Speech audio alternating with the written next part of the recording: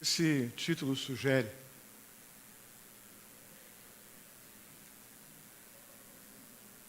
O que ele sugere? Problemas? É uma boa resposta. Problemas. Mas na pior das hipóteses, ou na melhor das hipóteses, é que acabou a lua de mel, né?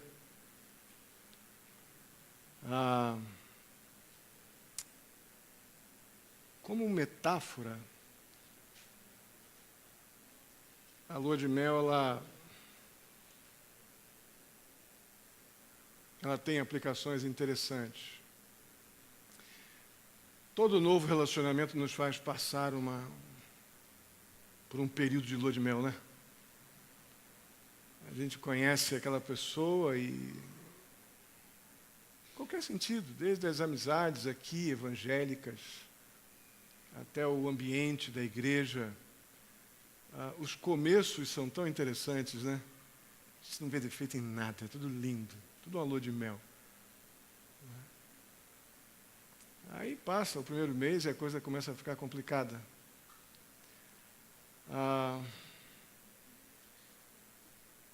Lua de mel é um tempo muito bacana.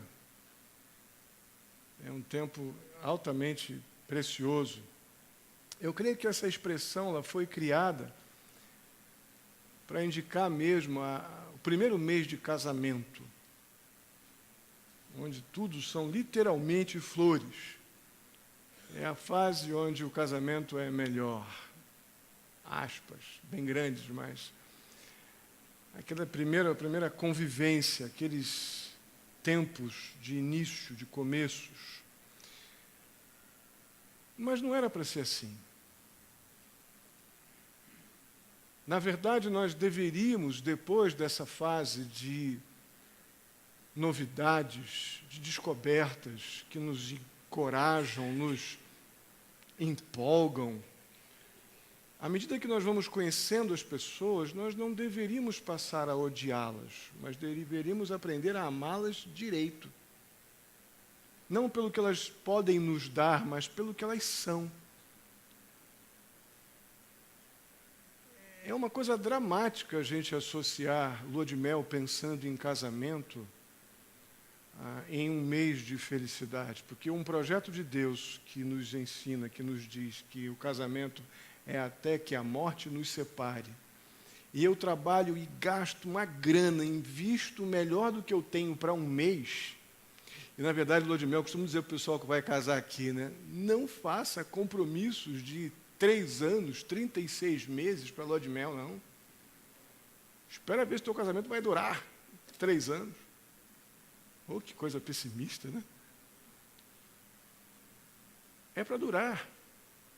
Até que a morte separe, mas o mundo promove uma felicidade de um mês em cima da lua de mel que impregna nosso consciente e inconsciente.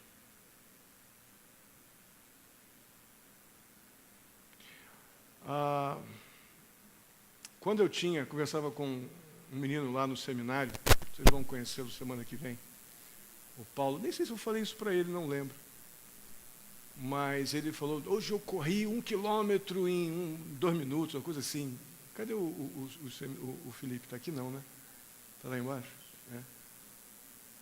Aí eu não sei se eu falei ou se eu pensei, mas pensei, com 26 anos eu corria também 1 quilômetro por 1 minuto. Hoje eu corro para chegar. Eu penso lá, vou correr 1 hora, como hoje eu corri 1 hora. Eu já pensando, peraí, aqui eu vou ter quase que rolar para poder chegar lá onde eu quero daqui a 1 hora, né? Mas eu corro para chegar. A lua de mel, dentro da filosofia desse tempo, dos nossos dias, ela não é uma corrida para chegar, é uma corrida para ser feliz a qualquer preço em 30 dias.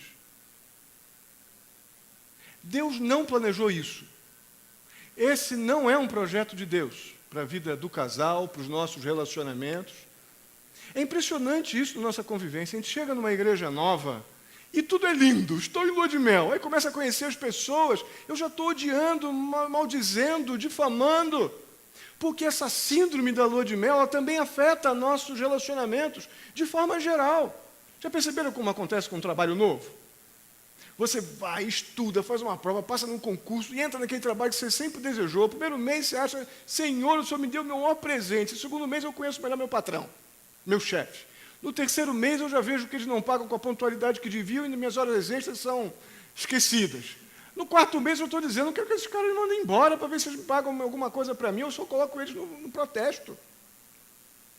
E quero outro emprego. Nos relacionamentos, a igreja que eu estou agora é o lugar mais lindo que eu podia estar. Aleluia.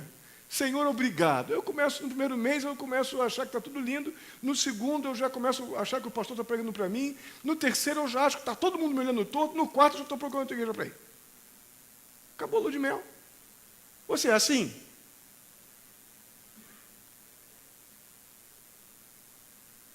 Ah, seja sincero, vai. Nós temos um potencial horroroso de ser assim. Horroroso. Horroroso. Deus não planejou isso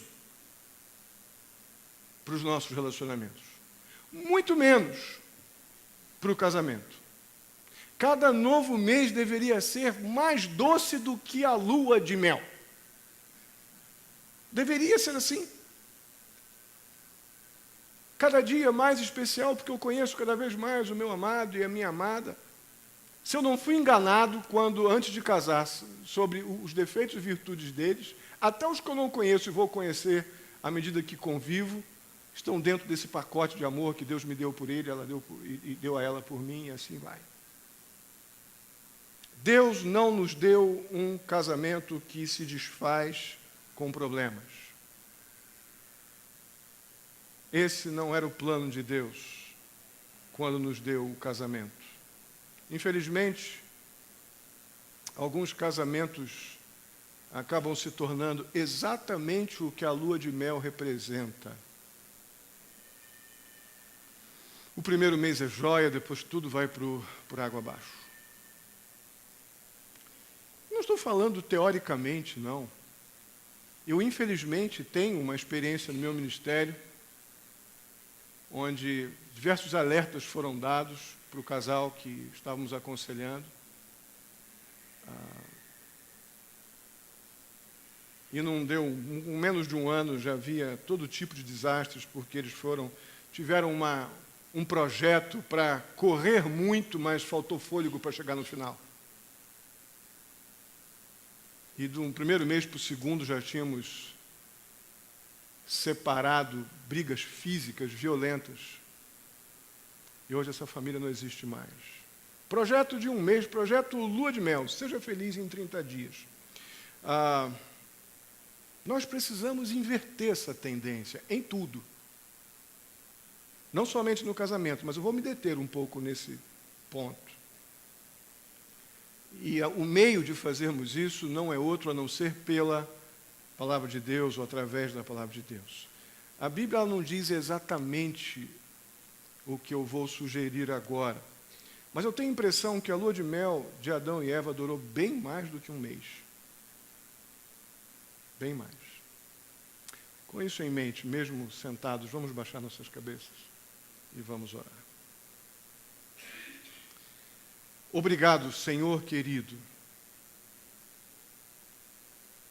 pela vida de cada pessoa aqui, ó Deus. Eu peço a Ti, em nome de Jesus, que sejamos afetados pela Tua palavra, mediante a intervenção do Teu Santo Espírito, ó Pai. Tem misericórdia de nós, ó Deus, ajuda-nos a perceber, ó Pai, o Senhor em cada momento desses textos que leremos aqui, que a Tua palavra nos transforme, que ela nos faça mais parecidos contigo, e nossos casamentos também sejam mais parecidos com o Teu plano para a nossa vida.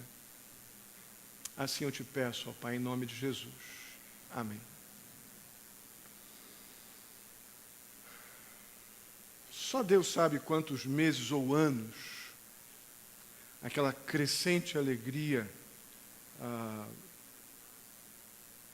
da vida conjugal ocupou o casamento de Adão e Eva entre os capítulos 2 e 3. Não sabemos quanto tempo houve entre o capítulo 2 e 3. Eu acredito que foi um bom tempo, um excepcional tempo, tanto a nível de tempo conhecido pela gente, de manhã, tarde e noite, quanto pela qualidade desse tempo, que ainda que tivesse sido muito curto, ele foi tão bem vivido por Adão e Eva, no capítulo 2 até o capítulo 3, que certamente poderia corresponder a um tempo enorme, talvez uma vida de muitos aqui já casados há 5, 10, 15, 20 anos. Talvez não tenhamos com os meus 30 anos de casado, talvez eu não tenha desfrutado daquele período que eu não sei quanto tempo foi, mas tão precioso e perfeito que Adão e Eva tiveram, ali no capítulo 2 até o capítulo 3. Sem dúvida, aquele casamento é o que nós podemos chamar de casamento perfeito. Eu só quero abrir um parênteses aqui agora. Para aqueles que não casaram ainda, levantem a mão, quantos não casaram ainda? Dos menores, adolescentes, juniores, levantem a mão. Todos, eu já casei, mas vou levantar também. Quantos já, isso, não casaram ainda? Pretendem casar? Levanta mais alto. Então preste maior atenção nisso aqui. Preste maior atenção. Não ache que você está fora do que vai ser dito aqui, porque eu estou falando sobre casamento. Se você quer casar e quer que Deus abençoe a sua família, preste atenção no que Deus vai nos dizer aqui agora. Amém?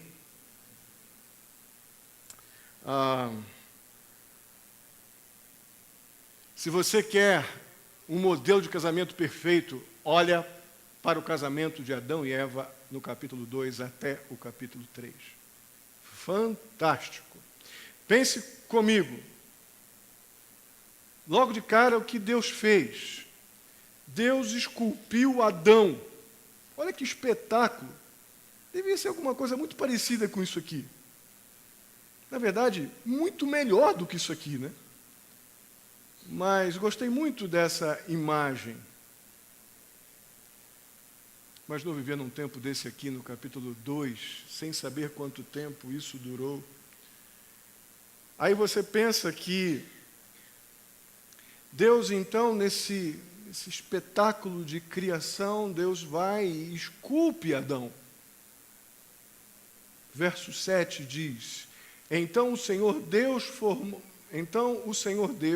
formou o homem do pó da terra e soprou em suas narinas o fôlego de vida, e o homem se tornou ser vivente. Irmãos, eu não tenho a menor dúvida que Adão era bonitão,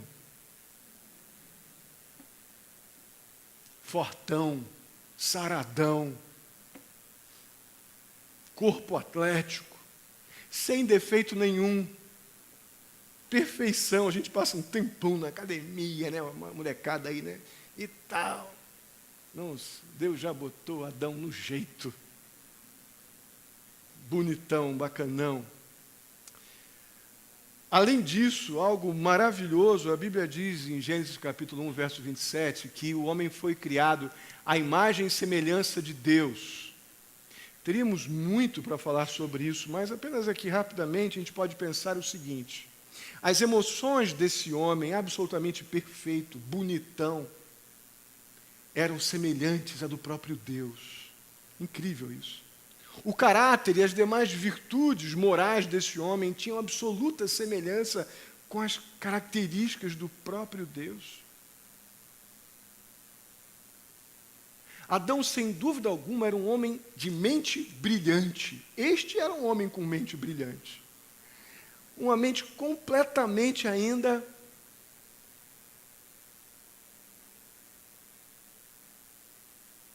perfeita pela ausência de pecado. Coisa linda. Mulheres, quem de vocês gostaria de casar com um homem assim? Levanta a mão. Não sejam tímidas, vai. Só as meninas aqui. Se eu fosse menina, eu ia levantar a minha. Esse aqui era demais, esse cara. Pois é. Esse homem perfeito em tudo. Sabia amar do jeito de Deus, suas emoções, sua realidade como um homem espiritual como nós, dotado de corpo, alma e espírito, totalmente formatado ou formado à imagem do Deus Criador, Senhor de todas as coisas. Que bacana. Mas nós temos do outro lado também a nossa querida Eva. Vou falar um pouquinho de Eva. Já falei muito de Adão. Então o Senhor Deus fez o homem cair em profundo sono, e enquanto este dormia, tirou-lhe uma das costelas, fechando o lugar com carne. Com a costela que havia tirado do homem, o Senhor Deus fez uma mulher e a levou até ele. Irmãos, Adão deve ter olhado para Eva com uma admiração incrível. Afeição, ternura, respeito. Deus chega e põe assim: está aqui meu filho. Dei para completar você. Fiz para completar você. Os olhos de Adão, eu imagino, brilhavam, talvez até lacrimejassem de emoção. Aquela obra-prima de Deus, perfeita, graça, beleza, tudo perfeito ali em Eva, algo extraordinário. Eva literalmente era a criatura mais extraordinária que Adão tinha conhecido até agora. Não tinha muita alternativa, né? Tem então macaco, zebra, elefante, né? Da sua própria espécie, Adão chegou, Senhor do céu.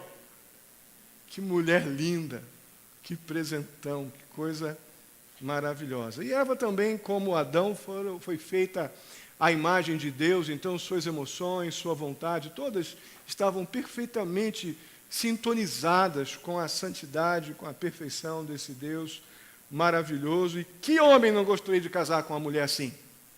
Levanta a mão. Ah, sem ser cara de pau. Nenhum homem aqui queria casar com uma mulher assim? Os solteiros aí. Não, queriam não? Ah, o Paulão já. Ah lá, Mateus também. Ó. Tá com vergonha do quê, rapaz? Se ela estiver aqui, levanta a mão. É por isso que esse cara não casa. Jesus da glória. Quer ele casar, não? Opa! Legal. É algo para se pedir a Deus. Tem que pedir um negócio desse para Deus. Senhor, eu quero uma Eva desse jeitão aí. Irmãos, maravilhoso que sem nenhum tipo de revelação especial, sem Deus ter dito nada no ouvido de Adão, Adão reconheceu imediatamente a sua semelhança com Eva. E ele diz no verso 23 do capítulo 2, essa sim é osso dos meus ossos e carne da minha carne. Ela será chamada mulher, porque do homem foi tirada. Adão chamou a criação de Deus de mulher. Ishar era a palavra que Adão usou. Na revista atualizada vai usar a palavra varoa, mas não é uma boa tradução. A tradução literal, literalmente, é mulher. Deus chamou, ou melhor, Adão chamou Eva de mulher. Naquele momento ali, a solidão de Adão simplesmente acabou e a sua vida ficou perfeita em felicidade. O senhor me fez um questionamento essa semana, mas bem, Adão era infeliz antes? Não. Ele ficou mais feliz depois. Muito mais feliz. Mas até então, a Bíblia diz que ele estava só. Ele não estava deprimido, ele não estava abandonado, ele não estava largado. Apenas da sua espécie só tinha ele. E Deus da sua espécie só deu mais uma. Aqui já tem outros vários princípios que poderíamos pegar, mas vamos ver mais para frente. Coisa linda demais. Adão e Eva supriram-se plenamente como marido e mulher, com perfeição de amor, com perfeição de carinho, ternura, respeito, aquela mutualidade bacana que a gente tem, que estamos falando sobre isso na classe dos casados. Mas como o ditado popular diz, quem casa quer casa, não é assim? Tá bom, Deus deu casa para Adão e Eva. Ora, o Senhor Deus tinha plantado um jardim no Éden, para os lados do leste, ali colocou o homem que formara. Deus deu um lugar perfeito também para que a sua criação ali vivesse, morasse, cuidasse de tudo aquilo. Irmãos, realmente o Éden era um lugar incrível. Era algo espetacular. Todo tipo de plantas, rios. O texto no capítulo 2, no versos 9 e 10, vai nos dizer que então o Senhor Deus fez nascer do solo todo tipo de árvores agradáveis aos olhos e boas para o alimento, e no meio do jardim estavam a árvore da vida e da morte, ou melhor, da vida, e a árvore do conhecimento do bem e do mal. Do Éden nascia um rio que irrigava o jardim e depois se dividia em 4. Neste lugar maravilhoso que Deus criou, Ele lhes deu como morada, eles cultivavam, eles trabalhavam bastante a terra. E, a princípio, a gente pensa, então, os caras suavam, pastor, porque cuidar da terra, quem lida com terra, que sabe, não é um trabalho fácil. Mas tem um detalhe. Até então, não haviam espinhos, não haviam pragas, não havia nada que atrapalhasse o cultivo, o preparo e o cultivo da terra. Estavam num ambiente de absoluta perfeição. Isso aqui estava acontecendo antes da queda.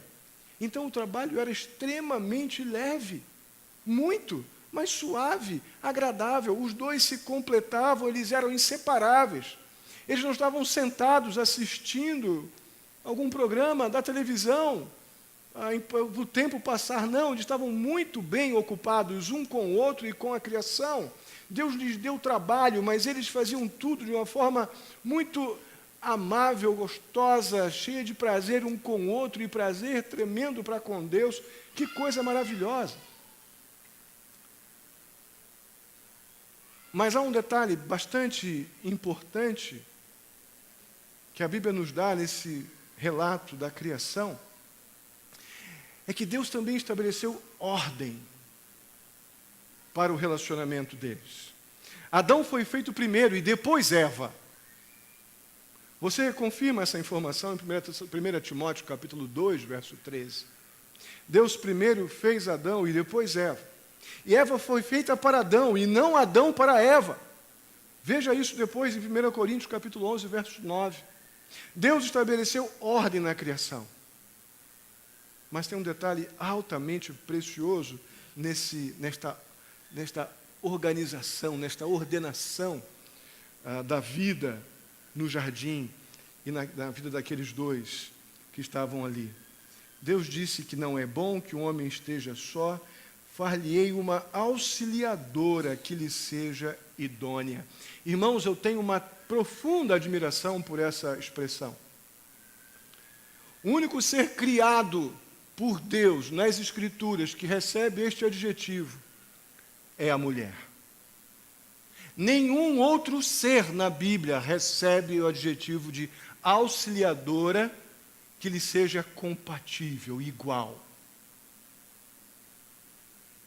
A ideia de idônea. Nenhum outro ser recebeu esse adjetivo. Isso quer dizer para a gente na prática o seguinte: Eva ajudava Adão. Eva encorajava, incentivava, aconselhava e fazia isso tudo com doce espírito de submissão. E a vida deles era maravilhosa.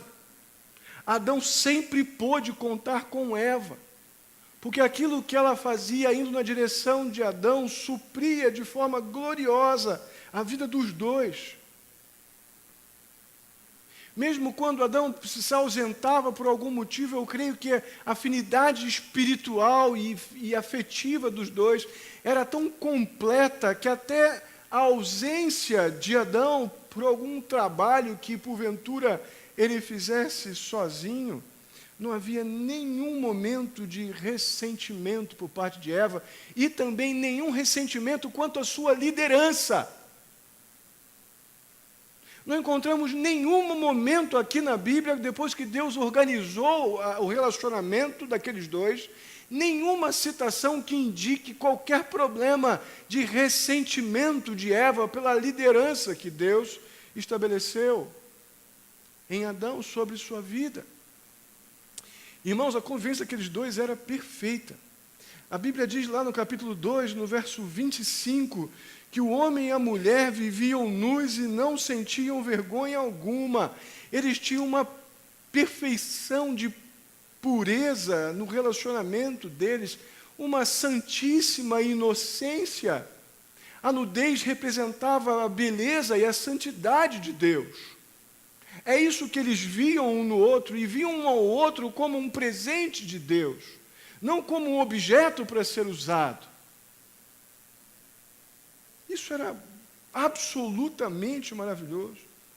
O fato é que não havia pecado na vida deles, logo, não havia briga. Não havia conflito. Eles estavam literalmente em paz com Deus, em paz individualmente consigo mesmos e em paz um com o outro. Quem não quer isso na vida conjugal? Quem quer isso, levanta a mão. Coisa linda. Paz com Deus, paz consigo mesmo e paz um com o outro. Aquele era realmente um casamento perfeito. Aquele casamento era o paraíso. E o Éden era o lugar que eles moravam. Poderíamos ilustrar assim, porque era muito bom aquilo. Mas eu tenho que continuar, eu queria parar aqui. A narrativa bíblica ela nos leva agora para a entrada do pecado. Satanás usa o corpo de uma serpente, surge na história daquela família. Apocalipse diz que, Apocalipse capítulo 12, verso 9, que a serpente surge na história daquela família como o grande enganador, ou a grande enganadora, a serpente. Primeira coisa que Satanás fez foi questionar a palavra de Deus. Não disse nem, acredito que não tenha havido oi Eva, como é que você vai? Nada, não acho não. Eu acho que a coisa começou num psiu, psiu. Eva olhou, aí que está o grande problema, até dói isso. Eva olhou, e imediatamente Satanás fez o que lhe é comum. Não comam de nenhum fruto das árvores do jardim. Deus proibiu vocês, Deus não deu liberdade para vocês. Na sequência, depois de Satanás ter negado, na verdade, a palavra de Deus na cara de Eva, a verdade é que ele questionou, ele negou agora, no versículo 4. Certamente vocês não morrerão. Deus já tinha dito que eles morreriam sim, a morte era espiritual, mas a serpente, como enganadora e mentirosa, jogou mais essa. Finalmente, Satanás zombou de Deus descaradamente, torcendo a sua palavra. Versículo 5 do capítulo 3. Deus sabe que no dia em que dele comerem, seus olhos se abrirão e vocês, como Deus, serão conhecedores do bem e do mal. Irmãos, de fato, há uma verdade naquilo que Satanás propôs aqui para Eva e Adão. Eles conheceram muito bem o mal, mas jamais se tornaram como Deus. Mas o mal eles realmente conheceram. Irmãos, os métodos de Satanás não mudaram ao longo da história. Satanás continua usando o mesmo jeitinho. Psiu! Acordei até, ou estavam dormindo. Continua do mesmo jeito, querendo chamar sua atenção e desviar você do principal com os seus encantos. A gente sabe muito bem disso. Satanás lança dúvida, distorce a palavra, nega a palavra. E nós continuamos muito fortemente afetados pela síndrome de Eva no quesito ceder à tentação. Impressionante, a gente cresce, cresce, cresce, até ficamos mais experientes na fé, mas na medida que vamos tendo aquelas instabilidades que o pecado, com aquele namorico, quando começamos a flertar com o pecado, namoricar com o pecado, espiritualmente ficamos frágeis, fracos, e somos muito mais sensíveis ao psiu. Olha para mim, tem um negócio para te dizer. Deus não é tudo o que você está pensando. Que coisa! Mas essa capacidade de Eva de ceder à tentação que nós temos, tem uma outra capacidade muito pior, que é do próprio Satanás, que também nós temos. Satanás, meus irmãos, é o grande corruptor da história. Não haveria a corrupção se não houvesse o corruptor. Satanás é o grande corruptor do universo. Ele tenta corromper com as suas investidas enganosas, sedutoras, mas mentirosas, tenta corromper a verdade que eu já conhecia. Eu tremo, irmãos, quando eu vejo essa capacidade de Satanás em mim. Como corruptor, aquele que corrompe. Nós sabemos muito bem que nós temos uma capacidade terrível nos momentos quando discordamos de algo, corromper a ordem. Agimos como corruptor, procurando aliados, falando o que pensamos e não o que devíamos. Eu não sei o que eu temo mais, a capacidade de Eva, que é de ceder à tentação, ou a capacidade de Satanás, que é o corruptor.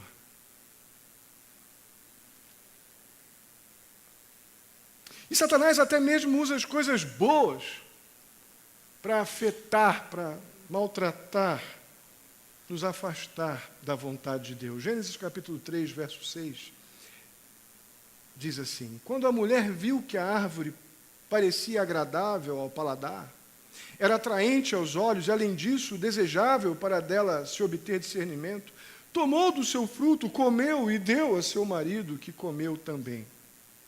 Era coisa linda aquilo ali, irmãos. A árvore, como todas as árvores do jardim, eram lindas. Mas Satanás até mesmo usa o que é belo para nos corromper como o grande corruptor.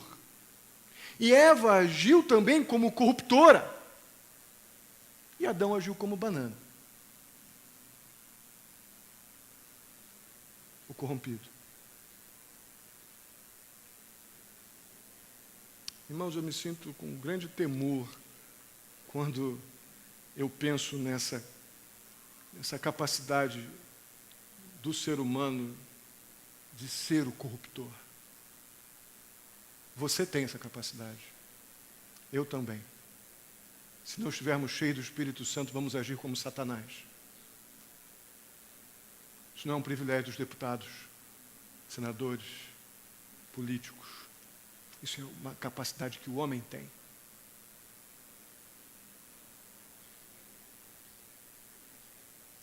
Interessante demais é que Eva foi tentada nas áreas mencionadas, em 3 áreas mencionadas por João. 1 João capítulo 2, verso 16. Concupiscência da carne. Essa fruta é boa de comer. Coma. Concupiscência dos olhos. Olha como ela é linda. Toma para você. Deus foi tão mal dizendo que você não poderia comer. Soberba da vida. Você pode ser como Deus e conhecer tudo. Irmãos, nós continuamos vulneráveis a exatamente as 3 propostas do corruptor Satanás, o grande enganador, o pai da mentira. Satanás faz exatamente isso para nos deixar mal com Deus e mal entre nós, mal uns com os outros. Ficamos não somente mal com Deus, mas ficamos também mal entre nós quando agimos como corruptor da ordem, ou corruptores da ordem. Eva, em vez de fugir, sair correndo, como mais tarde o apóstolo Paulo iria ensinar, da tentação, ela simplesmente piscou um olhinho lá para a serpente. Parou para ouvir. Oh, coisa maldita. Ela tinha tudo o que precisava, relacionamento íntimo com Deus, tudo mais que estava no jardim, para desfrutar, para comer, para olhar, tudo mais, mas ela simplesmente ficou ali depois do... Parou ali, como a gente para também de vez em quando. Sua mente, então, ficou pensando na única coisa que ela não tinha que pensar. Só uma coisa. Olha, estamos lidando ainda com perfeição de intelecto. A única coisa que ela não tinha que pensar, tirou os olhos do principal, que é a ordem do seu Deus. Aquilo então se tornou uma obsessão e começou a estragar a sua lua de mel. Começou a sua lua de mel a chegar, a dar passos fortes para o fim. E daquele tempo para cá, então, nós temos também esse desejo incontrolável que tem acabado com a lua de mel de tanta gente, que é se deixar corromper exatamente por essas mesmas áreas. Eva, como muitos de nós, em vez de se afastar daquele ambiente terrível, copiou o seu corruptor e foi a corruptora de Adão. Primeiro, ela no verso 6 do capítulo 3, tomou o fruto e comeu. O texto não é claro, mas o texto nos diz no verso 6 que deu a seu marido que comeu também. É muito provável que Adão estivesse ali bem de pertinho, observando tudo.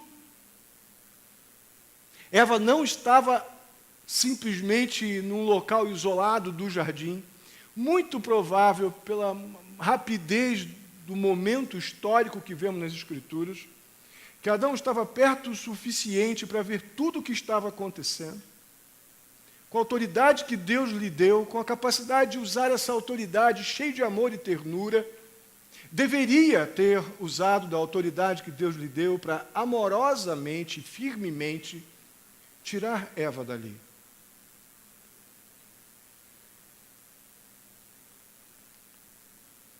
Não temos uma ideia exata por que ele não impediu, por que ele não se recusou àquela oferta corruptora. O que nós sabemos que a Bíblia nos diz é que Adão pecou juntamente com Eva.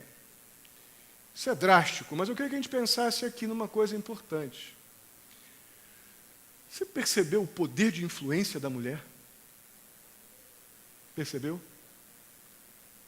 Isso bem usado é maravilhoso, por isso que a mulher é aquela conselheira fiel, aquela auxiliadora idônea. É aquele ser que Deus colocou ao lado do homem para completá-lo de forma especial, ou para destruí-lo também. Porque aqui foi dramático o que aconteceu. Aquela família experimentaria a partir daquele momento algo inédito na sua vida. Consequência de pecado. Eles não sabiam o que era isso até então. Agora, então, eles começariam a lidar com realidades dificílimas. Primeira coisa que aconteceu com eles foi o horror e a vergonha de estarem nus. Entraram em pânico quando se olharam. Perderam aquela simplicidade, humildade e prazer em adorar o Senhor contemplando um ao outro. Na verdade, Deus avisou que eles morreriam. A santidade da presença de Deus dentro deles, o domínio total do Espírito de Deus naquelas vidas, o pecado removeu essa beleza da pureza. E a primeira coisa foi a vergonha e depois foi a morte em relação a Deus. Na sequência, o corpo físico deles começou a entrar num processo de degeneração. Isso, aos poucos, foi estragando a obra-prima, a perfeição de Deus, que acabaria em morte física. Morte física entrou no cenário agora. Foram enfeiando até a morte. Romanos, capítulo 5, verso 12, diz assim. Portanto, vamos ler juntos assim, te acorda? Portanto, da mesma forma como o pecado entrou no mundo por um homem, e pelo pecado a morte, assim também a todos os homens, porque, irmãos, a nudez deles, que até então era símbolo de pureza, o pecado é tão destruidor que agora se tornou símbolo da vergonha. Que drama! Envergonhados, eles tentaram se cobrir, mas aquilo era absolutamente inaceitável. Pouco mais adiante, Deus mostra para eles que a única cobertura que poderia resolver o problema deles, do pecado, envolveria derramamento de sangue. Vemos isso em Gênesis 3, 21, em Levíticos 17, 11, mas de uma forma bem clara em Hebreus 9, 22, que diz assim, vamos ler juntos. De fato, segundo a lei, quase todas as coisas são purificadas com sangue, e sem derramamento de sangue não há perdão. Isso nos leva, finalmente, para um desfecho altamente doloroso. Adão,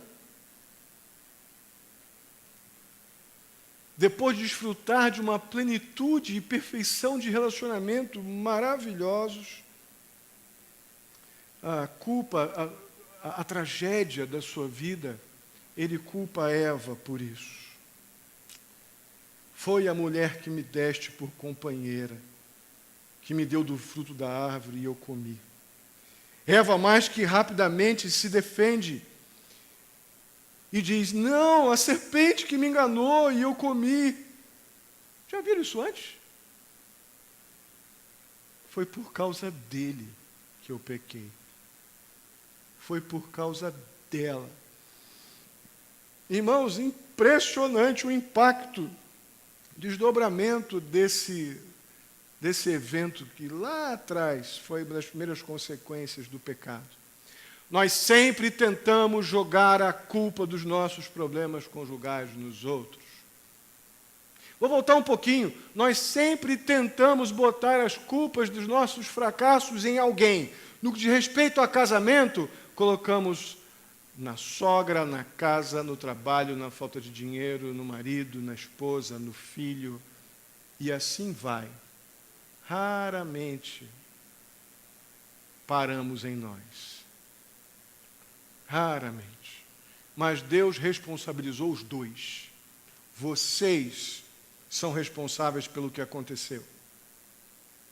Da mesma forma que Deus nos responsabiliza também quando tomamos a decisão de pecar. Entendeu bem o que eu disse? Posso até sofrer influência? Posso. Eu posso ter parado onde não devia e ser influenciado de maneira a pecar? Claro que sim. Mas foi a serpente que esticou o bracinho e colocou a fruta na boca de Eva? Ou foi Eva que pegou com a sua mão a fruta e colocou na sua boca e depois deu para o seu marido?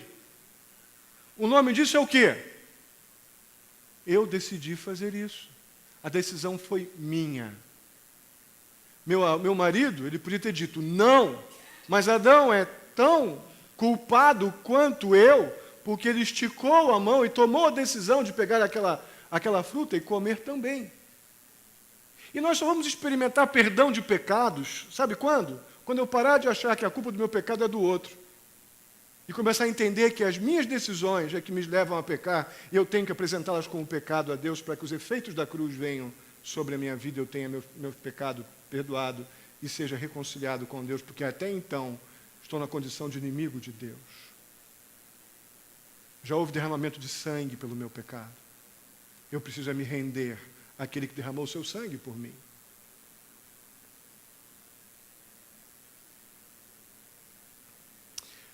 Tem mais consequências. Para Eva, agora a coisa ficou bem difícil na hora de ter filho. Ela teria, a partir de então, dor no parto. Algo que, sem dúvida alguma, seria um lembrete constante do seu pecado. Ela iria experimentar um intenso desejo. Capítulo 15, versículo 15 e 16 do capítulo 3, diz que ela começou a desejar intensamente Adão. Eu creio que essa aqui é a ideia de uma exigência, um desejo meio obstinado, de presença, meio possessivo, coisa que até então nunca havia desfrutado, porque eles estavam inteiramente integrados um ao outro. Agora o pecado começou a roubar a satisfação, o contentamento, ela passa a desejar de uma forma obstinada a Adão.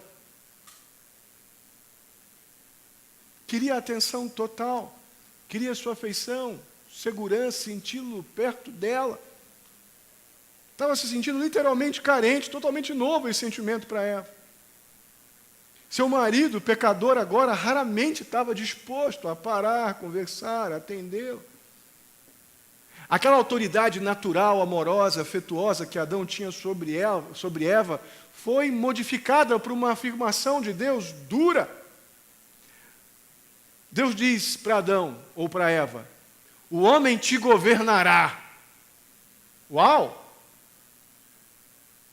Até então era aquele vínculo maravilhoso, veio primeiro Adão, depois Eva, e Eva foi criada para Adão e não Adão para Eva. Agora Deus diz, ele te governará.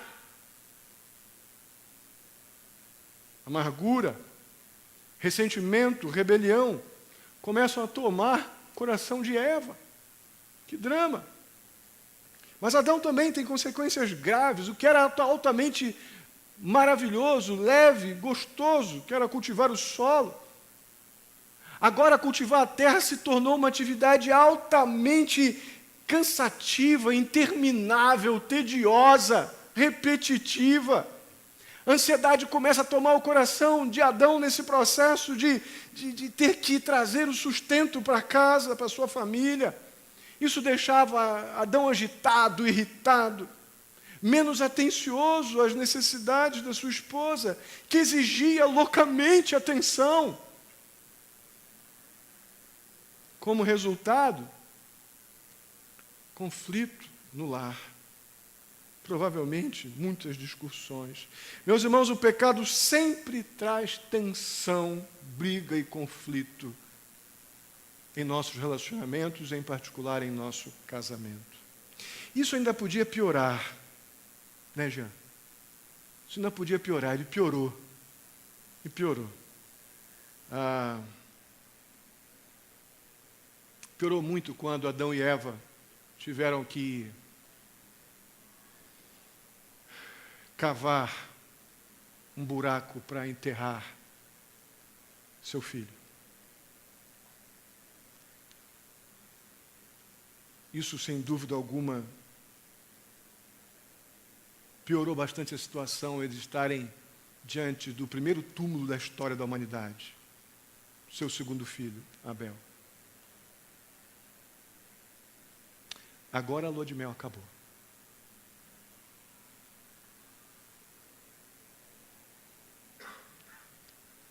Irmãos, essa seria a história mais triste do universo, se ela parasse aqui.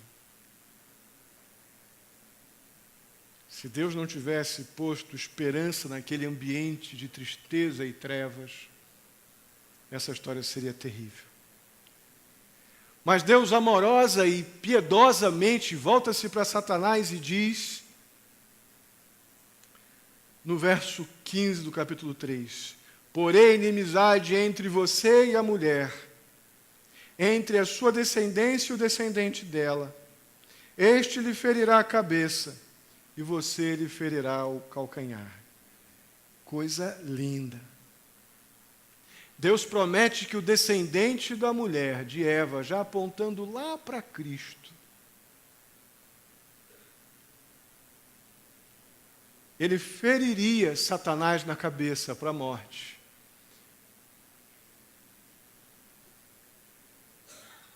E no outro lado,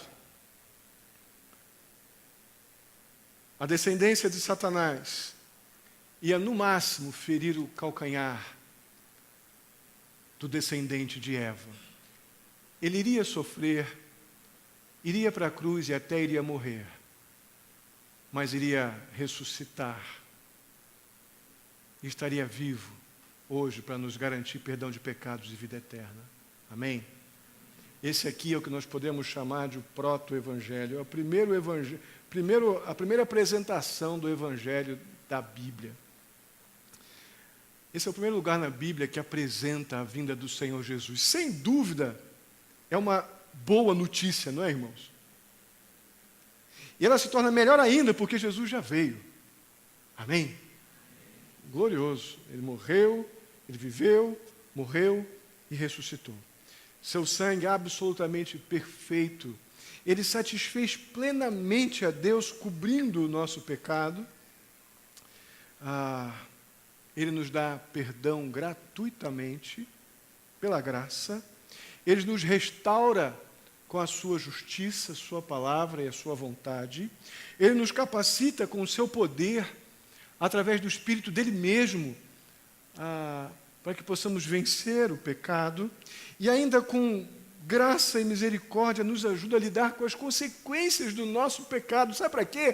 Para que o nosso casamento seja restaurado. Para que haja esperança para os nossos casamentos. Que coisa espetacular. O diabo tentou. Estragou. E Deus, com graça maravilhosa, vem ao nosso encontro e nos apresenta, nos dá de forma gloriosa, como vemos lá em 1 Coríntios, não vou lembrar o endereço, quando diz, não seremos tentados além do que podemos suportar. Antes o Senhor nos dará o escape. Sabe qual é o escape? Da história da humanidade, apresentado lá em Gênesis capítulo 3, verso 15. O descendente de Eva, o Senhor Jesus Cristo. Meus irmãos, Jesus, sem dúvida, pode dar aos maridos o mesmo amor, aquela mesma consideração abnegada, a ideia de respeito muito grande que Adão teve com Eva antes deles pecarem. Você quer isso, marido? Você quer isso? Você quer isso? Olha para mim. Você quer isso, marido? Você quer esse mesmo amor que Adão pôde dar à sua esposa Eva? Esse mesmo respeito, aquela atenção abnegada, a decisão de amar, de respeitar, de cuidar? Jesus pode dar isso para você. Ele pode dar às esposas aquela mesma solicitude altamente encorajadora, aquela submissão afetuosa e inteligente que encoraja o marido, aquela que Eva tinha com Adão antes da queda. Você quer, mulher? Você quer isso? Em outras palavras, a lua de mel pode recomeçar. 30 dias é só para a sociedade que a gente vive aí. Para Deus ela não precisa acabar. Mas, primeiro é preciso receber Jesus como Senhor e Salvador da sua vida. Não há como desfrutar das bênçãos espirituais sem você reconhecer aquele que é o doador da bênção como teu Senhor e teu Deus. Não há esperança de relacionamento conjugal do jeito de Deus sem que ambos tomem essa consciente decisão e recebam de Cristo o perdão de pecados, essa nova vida que Deus nos dá. Essa garantia de vida no formato daquele que Deus permitiu a Adão e Eva, só vai poder existir se nós realmente confessarmos e vivenciarmos o que Cristo fez na cruz por nós, pecadores. Caso contrário,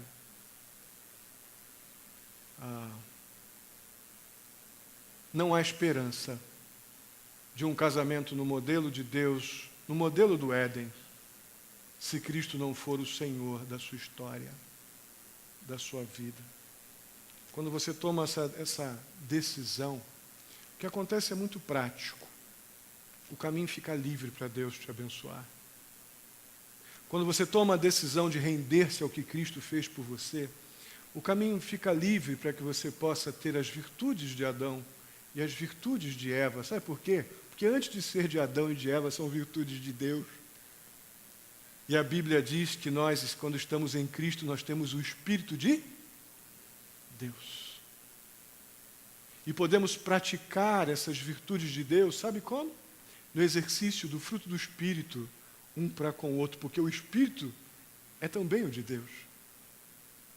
Mas o contrário é verdadeiro. Sem esse temor ao Senhor que nos faz reconhecer, faz com que reconheçamos o nosso pecado, reconhecendo o Senhor Jesus como aquele que morreu na cruz pelo teu pecado, não há muita esperança para a tua teimosia, meu irmão. Não há muita esperança para o egoísmo, para o orgulho, para o desrespeito, para a vaidade. Não há muita esperança. O mundo tem todo tipo de lenha para esse tipo de fogo estranho que queima dentro do coração que ainda não pertence ao Senhor. Mas se nós agirmos do jeito que Deus espera que nós nos portemos, ou seja, se você viu aqui alguma das características que são consequências de pecado na vida de Adão e Eva no teu casamento, é hora de parar, confessar como pecado e render-se ao amor de Jesus, que vai te ensinar, que vai te capacitar a viver uma experiência gloriosa, maravilhosa, de não permitir que a sua lua de mel acabe. A lua de mel não acabou para aqueles que estão em Cristo Jesus, ainda que muitas lutas tenhamos, se confessarmos os nossos pecados, Ele é fiel e justo para nos perdoar os pecados e nos purificar de toda injustiça. Amém? Vamos ficar de pé e vamos orar.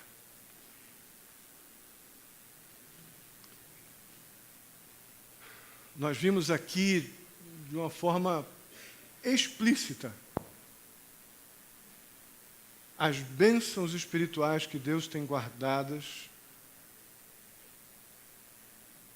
para aqueles que desejam viver segundo o jeito dele. Enquanto Adão e Eva viveram do jeito de Deus, que casamentão, cara. Coisa linda. Que mulher. Que homem. Lembrei demais de você aqui. Oh, aquela pecinha de Natal bacana. É possível que você olhe para o seu marido e diga, pergunte assim, cadê meu príncipe? Virou sapo? É possível que você, marido, olhe para a sua mulher e, cadê a princesa? Virou abóbora? Irmãos, vamos ficar velhos, vamos ficar mais feinhos. Alguns barrigudinhos, outros carequinhas. Normal. Mas a lua de mel não precisa acabar. Não precisa. Vamos orar. Eu quero, para você que ainda não casou, eu vou orar pedindo que Deus lhe dê um homem crente. Um homem parecido com Adão. Hoje pecador. Mas um homem que tenha, de fato, entregado o seu coração a Jesus Cristo. E hoje possa ser capacitado pelo poder de Deus a experimentar as virtudes de Deus na vida daquele, na sua vida, na vida que você desejando essa pessoa, que Deus lhe dê este homem. Você, rapaz, vou pedir que Deus lhe dê uma Eva, com as virtudes de Deus. Que mesmo sendo pecadora, mas lavada pelo sangue de Jesus, vai poder abençoar a tua vida. Não se precipita, não procure outro que não seja um homem e uma mulher alcançados pela graça de Deus. Não faça isso. Pode pedir com toda clareza, Senhor, eu quero o meu Adão. Senhor, eu quero a minha Eva. Viu, Renan? É assim que tem que orar. Senhor, eu quero a minha Eva. Queridos irmãos, nós que já casamos, Senhor, eu tenho que fazer minha lua de mel continuar. Isso só vai ser possível, irmãos, se nós nos rendermos, pararmos de ser teimosos, obstinados, e nos rendermos. Eu quero, Senhor, aquela solicitude que Adão tinha quando exercitava a sua autoridade para com Eva. Aí você vai dizer, Senhor, eu quero essa capacidade para reconhecer o teu amor e a tua justiça quando o meu marido vem em minha direção. Eu quero as virtudes desses dois seres que Deus criou para a glória dele. Vamos orar por isso? Oremos. Santo e amado Deus, muito, muito obrigado. Obrigado a Deus por podermos olhar para este relato glorioso e ver que aquilo que o Senhor criou é gloriosamente bom. Casamento é algo maravilhoso. O Senhor fez para ser assim. Se hoje estamos afetados, feridos, é por causa desta porcaria de pecado que entrou na história. Mas ainda assim o Senhor nos dá esperança. Se cremos que somos pecadores, mas cremos também que o Senhor mandou Jesus morrer por pecadores. Deus querido, que possamos nos render aos pés da cruz. E que possamos, em nome de Jesus, desejar essa capacitação do céu para sermos esses homens segundo a Tua vontade, a Tua imagem, a Tua semelhança, com o nosso caráter, com nossas emoções, com a nossa vontade, totalmente moldados pelo Teu caráter e pelo Teu poder. Deus, mulheres aqui podem clamar a Ti as virtudes que aquela mulher tinha lá no jardim, ainda que o pecado nos atrapalhe. Deus querido, a virtude é Tua. Deus Santo, abençoa cada mulher, cada homem aqui, casados, e que possam desfrutar das bênçãos espirituais, desse caráter, emoções, vontades, totalmente moldados pelo poder do Senhor. Abençoa esses casamentos, que as virtudes de Adão e de Eva, que possamos desejar estas virtudes. Deus querido, muito obrigado. Obrigado pelo Teu cuidado, pelo Teu amor, capacidade que o Senhor nos dá olhando para isso, Deus, para isso tudo e ver que o pecado é coisa maldita, não podemos flertar com o pecado. O pecado tem o poder de estragar, Pai, as coisas gloriosas que o Senhor nos deu. Ajuda-nos, Deus, a criar uma fortíssima resistência espiritual, para que o pecado não nos seduza, que nós não sejamos jamais nem os corruptores e nem os corrompidos. Assim eu te peço, Deus, muito agradecido pela Tua palavra. Leva-nos em paz para os nossos lares, dá-nos uma semana em tudo guardada, dirigida pelo Senhor. Em nome de Jesus. Que a graça do nosso Senhor e Salvador Jesus Cristo, o amor de Deus, nosso amado Pai, a comunhão e a consolação do Espírito Santo esteja sobre cada um de vós, queridos e amados irmãos, hoje e até a vinda do nosso Senhor Jesus Cristo.